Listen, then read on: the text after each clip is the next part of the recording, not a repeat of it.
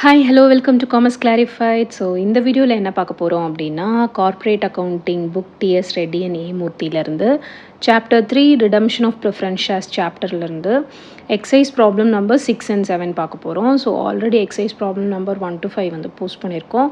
So பிளேலிஸ்ட்டில் இருக்கும். 6 and 7 வந்து ஃபிஃப்த் ப்ராப்ளம் வந்து சிஆர்ஆர் பார்த்தோம். இப்போ ப்ராப்ளம் 6 and 7 வந்து என்ன கேட்டிருக்காங்கன்னு பார்க்கலாம். 3.61 page number. Sixth problem, from the following data calculate the amount of fresh issue of shares. So fresh issue of shares வந்து எவ்வளோ அப்படின்னு கேட்டிருக்காங்க. அதுக்கு அவங்க வந்து நிறைய ஐட்டம்ஸ் கொடுத்துருக்காங்க. இப்போ ஃப்ரெஷ் இஷ்யூ வந்து எப்படி கண்டுபிடிக்கிறது அப்படின்னு நமக்கு தெரியணும். ஸோ அதுக்கு ஒரு ஃபார்முலா இருக்குது. நம்ம வந்து ப்ரிஃபரன்ஸ் ஷேர்ஸ் வந்து ரிடீம் பண்ண வேண்டியது 80,000 நம்ம திருப்பி கொடுக்கறதுக்கு நம்ம கண்டிப்பாக ஃப்ரெஷ் இஷ்யூ பண்ணி தான் திருப்பி கொடுக்கணும். ஆல்ரெடி கம்பெனியில் ப்ராஃபிட்டும் இருக்குது, அவைலபிளாக இருக்குது. பட் அது போதாது, அது பத்தாது. 15,000 and 6,000 4,000 வச்சு நம்மளால் 80,000 வந்து ரீபே பண்ண முடியாது. அப்போ வந்து நம்ம ஃப்ரெஷ்ஷாக வந்து ஈக்விட்டி ஷேர்ஸ் வந்து இஷ்யூ பண்ணணும். ஸோ அப்போ அதுக்கான ஃபார்முலா என்ன அப்படிங்கிறத பார்க்க போகிறோம். புக்லேயே இப்போ வந்து பேஜ் நம்பர் 3.5ல் உங்களுக்கு வந்து கொடுத்துருக்காங்க minimum fresh issue of shares வந்து எப்படி கால்குலேட் பண்ணணும் அப்படின்ட்டு. At the time of redemption of preference shares, some companies may decide to utilize all the permissible reserves. Redemption of preference sharesல கம்பெனி வந்து டிசைட் பண்ணுவாங்க ரிசர்வ்ஸையும் யூட்டிலைஸ் பண்ணிக்கலாம் அப்படின்ட்டு. Also they make new issue of shares for the balance amount required. Balance அமௌண்ட்டுக்கு வந்து அவங்க வந்து ஈக்விட்டி மூலமாக ரைஸ் பண்ணி ஃபண்டை ரைஸ் பண்ணி அவங்க வந்து ஈடுகட்டிடுவாங்க. The intention is to minimize the new issue of shares. Minimize the new issue of shares. அதனால தான் இங்கே பேரே வந்து மினிமம் ஃப்ரெஷ் இஷ்யூ ஆஃப் ஷேர்ஸ்னு கொடுத்துருக்காங்க. ஃபார்முலாவே வந்து மினிமம் ஃப்ரெஷ் இஷ்யூ அப்படின்னா குறைஞ்சபட்ச ஃப்ரெஷ் இஷ்யூ ஆஃப் ஷேர்ஸ் எவ்வளோ அப்படின்னு கண்டுபிடிக்க போகிறோம். ஏன்னா கம்பெனியில் ஏற்கனவே பேலன்ஸ் ஷீட்டில் இருக்கிற ப்ராஃபிட்டு ரிசர்வ்ஸை யூஸ் பண்ணி நம்ம பே பண்ணிவிட்டு மீதி இருக்கிறத மட்டும்தான் ஈக்விட்டி மூலமாக ரைஸ் பண்ண போகிறோம். ஸோ செக்யூரிட்டிஸ் ப்ரீமியம் வந்து யூஸ் பண்ணுறோம் அப்படின்னா இது வந்து பிகாம்க்கு மட்டும்தான் வந்து செட் ஆகும். இந்த மாதிரி இது சிஏசிஎம்ஏ இன்டர் படிக்கிறவங்களுக்கு இது செட் ஆகாது. ஏன்னா அவங்க வந்து செக்யூரிட்டிஸ் ப்ரீமியம் வந்து கம்பெனிஸ் ஆக்ட் ஆஸ் பர் 2013 பிரகாரம் செக்ஷன் 133 வந்து ஃபாலோ பண்ணுவாங்க. பட் பிகாமில் வந்து சிலபஸ் அப்டேட் ஆகாதனால நம்ம வந்து செக்ஷன் 133 நம்ம ஃபாலோவே பண்ணலை. அதனால் செக்யூரிட்டிஸ் ப்ரீமியமும் நம்ம வந்து யூஸ் பண்ணிக்கிறோம். எதுக்கு? நம்ம வந்து ரீடம்ஷன் பண்ணுறதுக்காக, அதாவது ப்ரிஃபரன்ஸ் ஷேர் ஹோல்டர்ஸை ரீபே பண்ணுறதுக்காக. ஓகே, அதனால் பிகாம் ஸ்டூடெண்ட்ஸ் அதை பற்றிலாம் கவலைப்பட வேணாம். புக்கில் இருக்க ஃபார்முலா மட்டும் படிச்சுக்கலாம். ஆஸ் பர் கம்பெனிஸ் ஆக்ட் 2013 பிரகாரம் செக்ஷன் 133 தான் வந்து ஃபாலோ ஆகும். அது பிரகாரம் வந்து செக்யூரிட்டிஸ் ப்ரீமியம் வந்து நம்ம கொடுக்க முடியாது. எதுக்கு? ரிடம்ஷன் பண்ணுறதுக்கு. ஓகேங்களா? சரி, இப்போ ஃபார்முலா பார்த்துடலாம். ஸோ இதில் வந்து 3 விதம் இருக்குது. ஃப்ரெஷ் இஷ்யூ ஆஃப் ஷேர்ஸ் வந்து பாரில் இஷ்யூ பண்ணலாம், இல்லை ப்ரீமியமில் இஷ்யூ பண்ணலாம், இல்லாட்டி டிஸ்கவுண்ட்டில் பண்ணலாம். பார் அப்படின்னா உங்கள் எல்லாத்துக்குமே தெரியும். ஸோ ப்ரீமியம் அப்படின்னா எக்ஸ்ட்ராவாக இஷ்யூ பண்ணுறது, டிஸ்கவுண்ட்னா அப்படின்னா கம்மியாக இஷ்யூ பண்ணுறது. Face value of redeemable preference shares நம்ம எவ்வளோ ரிடீம் பண்ணணுமோ அது plus premium payable on redemption. அதாவது இப்போ ரிடீமபிள் ப்ரிஃபரன்ஸ் ஷேர்ஸ் வந்து 80,000, அதில் 10% வந்து நம்ம ப்ரீமியமுக்கு திருப்பி கொடுக்குறோம். அவங்ககிட்டருந்து வாங்கினது என்னவோ பாரில் கேபிட்டல் வந்து அவங்ககிட்டருந்து வாங்கினது பாரில் ப்ரிஃபரன்ஸ் ஷேர் கேபிட்டல். பட் ஆனால் திருப்பி கொடுக்கும்போது ப்ரீமியமில் கொடுக்குறோம் அப்படின்னா ப்ளஸ் ப்ரீமியம். ஓகேங்களா? Face value of redeemable preference shares plus premium in case premium இருந்துச்சுன்னா. இல்லைனா பிரச்சனை இல்லை, ஜஸ்ட் இதை மட்டும் போட்டு மைனஸ் பண்ணிக்கலாம்.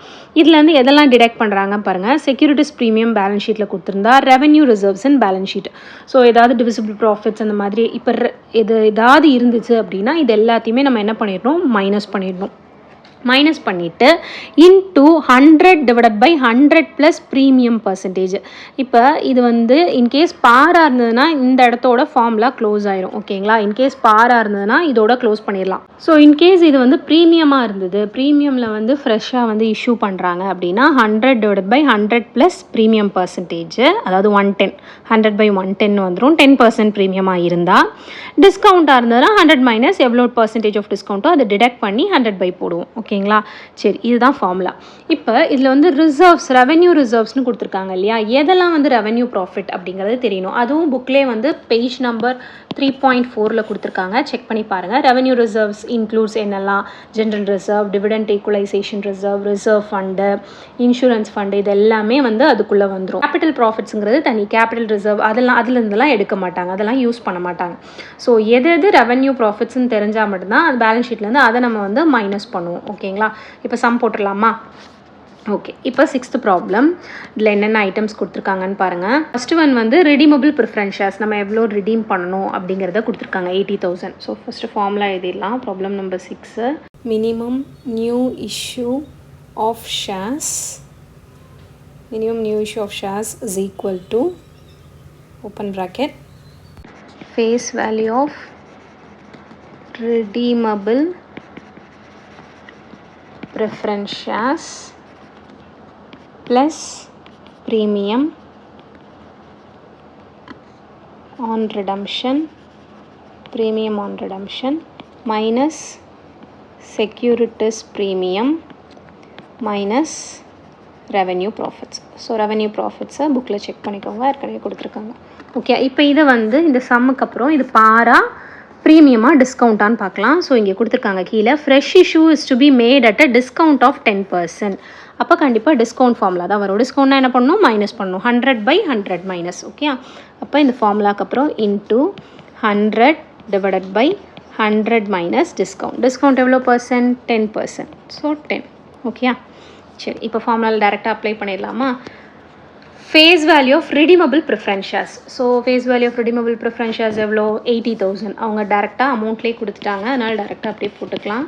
80,000 rupees premium on redemption. Yes, ப்ரீமியமில் தான் ரிடம்ஷன் பண்ணுறாங்க, இங்கே கொடுத்துட்டாங்க 5% ப்ரீமியம் ஆன் ரிடம்ஷன். அப்போ 80,000ல் 5% எவ்வளோன்னு பார்க்கணும். 5/100. ஸோ 4,000 rupees வந்து ப்ரீமியம். ஸோ ப்ரீமியம் வந்து 4,000 கட்டணும். ஸோ இதை எதுலேருந்து கட்டுறோம்? செக்யூரிட்டிஸ் ப்ரீமியம் இதெல்லாம் யூஸ் பண்ணிக்கலாங்கிறாங்க. ஸோ இப்போ கொஷினில் செக்யூரிட்டிஸ் ப்ரீமியம் இருக்கா? இருக்குது, கொடுத்துருக்காங்க பாருங்கள். 4,000 securities premium minus 4,000. Next revenue profits. So general reserve balance divisible profit இது ரெண்டுமே வந்து ரெவன்யூ ரிசர்வ்க்குள்ளே தான் வருது, அதனால் ரெண்டையுமே மைனஸ் பண்ணிக்கலாம்.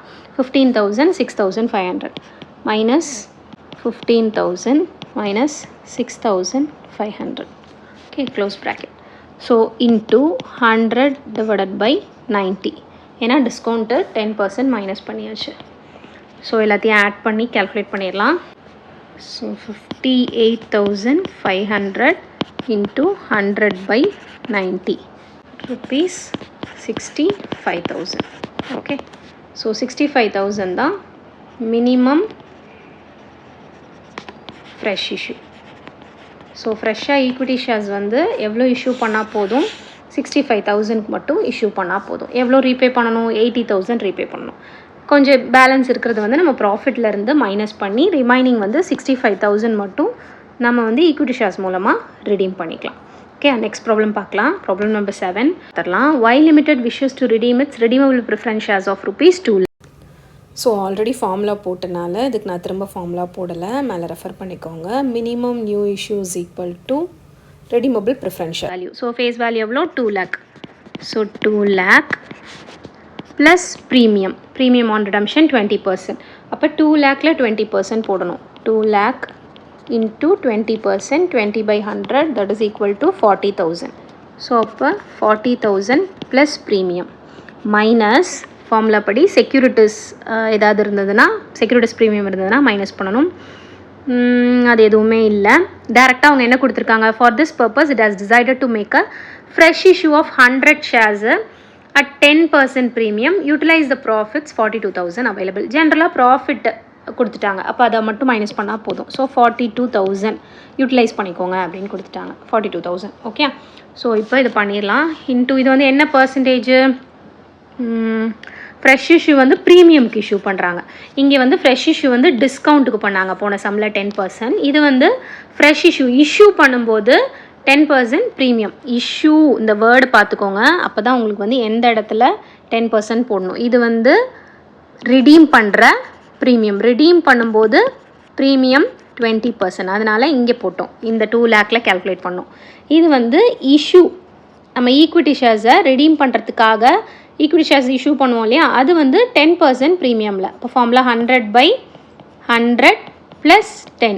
ஏன் ப்ளஸ் பண்ணுறோம்? ப்ரீமியம்ங்கிறதுனால. ஃபேஸ் வேல்யூ 100, அதோட ப்ளஸ் பண்ணுறோம் 10, 110 வரும்.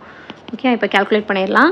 So 2 lakh plus 40,000, 2 lakh 40,000. So 1,98,000 வரும்.